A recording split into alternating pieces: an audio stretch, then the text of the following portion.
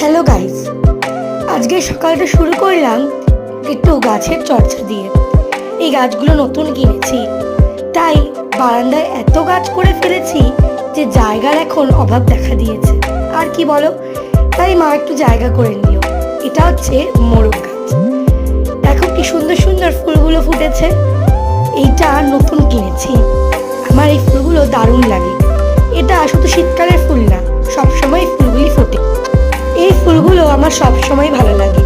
এই মাটিগুলো দেখো মা কোথা থেকে এনেছে। এগুলো মাটিটাকে প্রিপেয়ার করবে।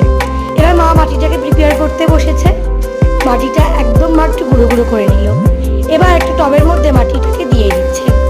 এটা কিন্তু একটা পুরনো গাছের টবের মাটি। সারাদিন করতে করতে এখন সন্ধে হয়ে গেছে।